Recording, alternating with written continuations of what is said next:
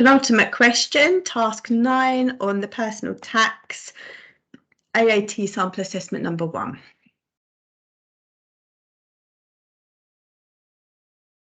So, 10 marks, capital gains tax still. Identify whether the following statements about capital gains tax are true or false. Unused annual exempt amounts can be carried back. No.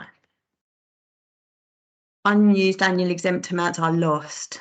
They can't be carried back or forwards.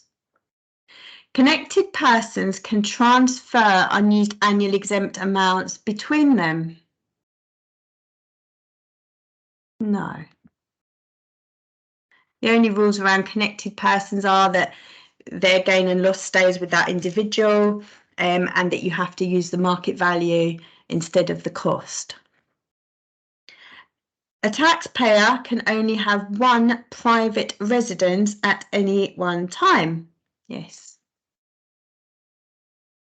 And if you're a married couple, you're only allowed one between you.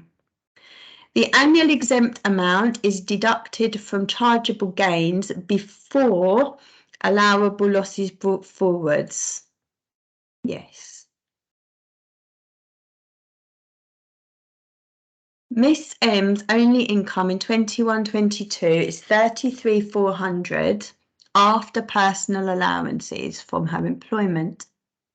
She made the following capital gains and losses, none of which relate to residential property.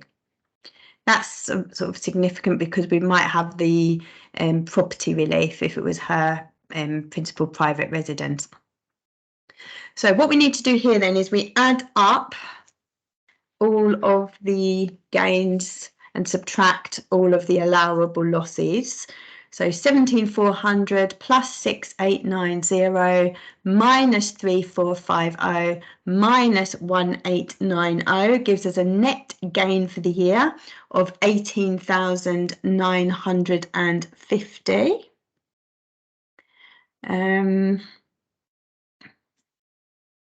We're trying to work out the total amount that she will pay capital gains tax on.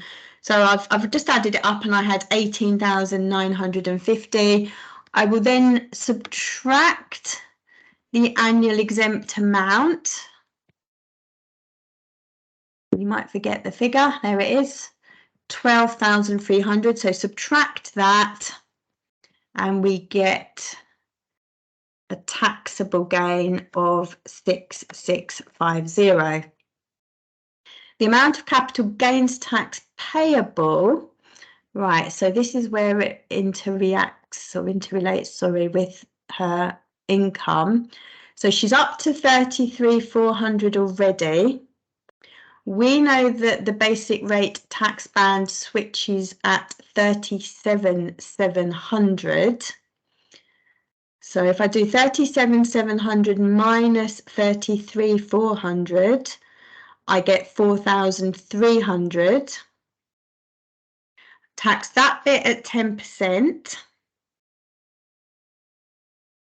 And then the rest of her taxable gain, so 6,650, subtract that 4,300 that I've just taxed at 10%. So I've now got a further 2,350 to be taxed at 20%. So to recap, I've got 4,300 at 10% to take me up to the basic rate 37,700. That gives me 430.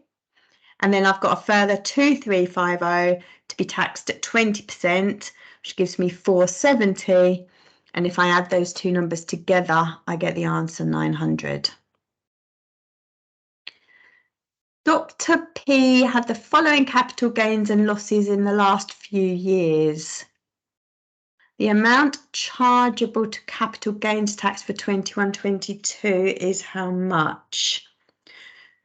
Right, so in the year 1920, if I do the gains, take away the losses, I have a loss that year of 8,100. I would just have lost this annual exempt amount. So I've got a loss that I can carry forward of 8,100. I come on to the next year, 47,200, take away 38,100.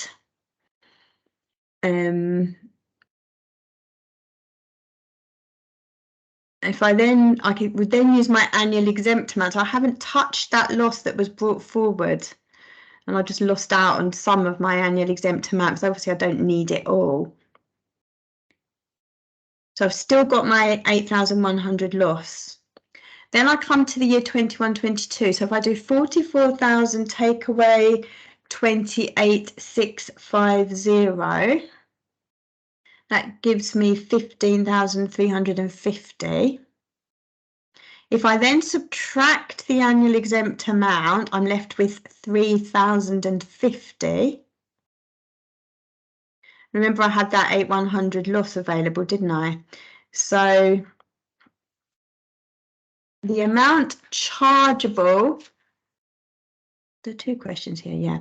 So the amount chargeable to capital gains tax will be nothing because I would have used my loss brought forward.